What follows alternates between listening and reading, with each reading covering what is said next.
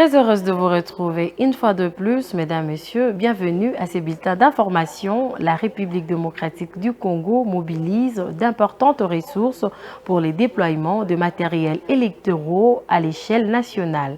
Malgré les défis logistiques et sécuritaires, des avions de l'armée égyptienne et des hélicoptères de l'aviation du Congo-Brazzaville sont à contribution. Le détail dans cet élément.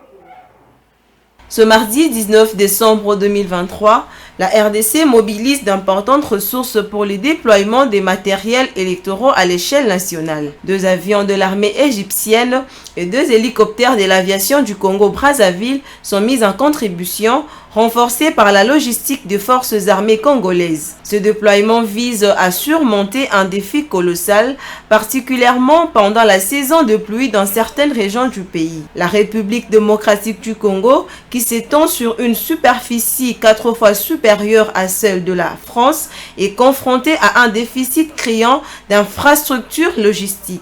Les équipes de la Commission électorale nationale indépendante, CENI en sigle, en charge des opérations, entament une journée marathon. Ayant conclu leur formation le 18 décembre 2023, elles acheminent actuellement les matériels sensibles vers le bureau de vote. Selon les informations de la CENI, dans certaines localités, ces matériels ne pourront arriver qu'au jour du vote, accentuant ainsi le défi logistique et sécuritaire. La commune de Maluku, située dans la banlieue est de Kinshasa, est notamment soumise à des contraintes de déploiement en raison de l'activisme d'une milice appelée Mobondo. D'autres zones dans les provinces de l'Est de la République démocratique du Congo, comme le Nord et le Sud Kivu, ainsi que l'Ituri, sont également concernées par des obstacles potentiels. Malgré ces défis, le gouvernement se montre confiant, mettant en avant les expériences passées dans l'organisation des élections depuis 2006. Un expert de la CENI souligne que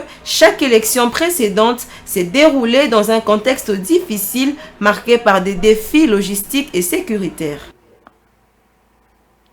Les élections municipales n'auront lieu que dans le chef-lieu de province, selon un communiqué donné par le directeur de la communication de la CENI.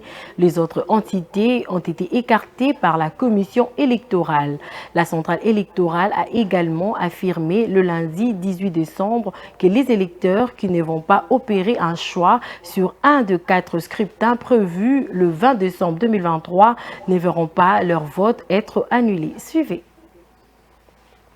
Le directeur de la communication de la CENI a voulu faire taire les rumeurs qui circulent sur les réseaux sociaux à propos du vote partiel. Jean-Baptiste Itsipo affirme que le dispositif électronique de vote, communément appelé machine à voter, a prévu tous les scénarios, y compris le vote de bulletin blanc. Au cas où l'électeur ne souhaite pas voter un candidat président, la machine a aussi prévu ces cas de figure. Autrement dit, quelqu'un peut avoir son candidat président de la République et voter pour lui, mais s'il n'a pas un candidat député national, il fait les votes blancs. Dans les cas où il a un candidat député provincial et vote pour lui. S'il n'a pas un candidat conseiller communal, il fait un vote blanc. À noter que dans une démocratie, une élection municipale, aussi appelée élection communale, est une élection au cours de laquelle les habitants du plus bas niveau de l'administration territoriale d'un pays, souvent appelée municipalité ou commune, élisent les autorités de celle-ci.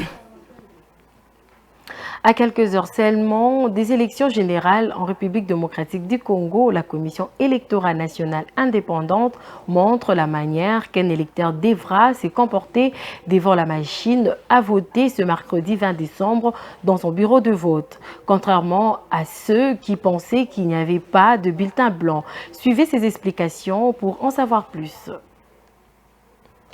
Il faudrait quand même qu'on mette fin à certaines spéculations. Le vote sur le dispositif électoral est guidé. Cela veut dire que, automatiquement, lorsque vous insérez votre bulletin, il vous présente les candidats président de la République. Après avoir voté pour les candidats président de la République, les candidats députés nationaux, candidats députés provinciaux et enfin candidats conseillers communaux. Mais attention, on n'est pas obligé de voter pour tous les scrutins. Comme nous le savons, et d'ailleurs, comme ça s'est passé en 2018, lorsque on ne veut voter pour aucun des candidats pour une élection donnée, ce qui est notre droit, on vote blanc. Et sur la machine à voter, le dispositif électronique de vote actuellement, il y a une case blanche au coin inférieur droit sur chaque scrutin et sur chaque feuille. Cela veut dire que lorsque on vous présente les candidats présidents de la République, à part les 26 candidats qui ont été enregistrés pour le scrutin, il y a une case blanc, cochée en rouge, barrée en rouge. Lorsque vous voulez voter pour aucun de ces 26 candidats, vous avez pleinement le droit de cliquer sur la case blanc barrée en rouge. Cela veut dire que vous avez fait un vote blanc. Idem pour les autres scrutins. Et d'ailleurs, pour les autres scrutins, chaque fois que vous changez les feuilles des candidats, les candidats changent sur l'interface sur l'écran, mais la case blanc barrée en rouge, elle demeure. Cela veut dire que vous avez à tout moment le droit de voter blanc. Cela veut dire que si vous votez blanc, votre bulletin ne sera pas considéré. Non, le vote blanc est un vote et il est pris en compte lors du dépouillement final. Voilà, c'est la fin de ce bulletin d'information. Merci de l'avoir suivi. Restez branchés sur Mandiko Télévision. Une pensée, un écrit.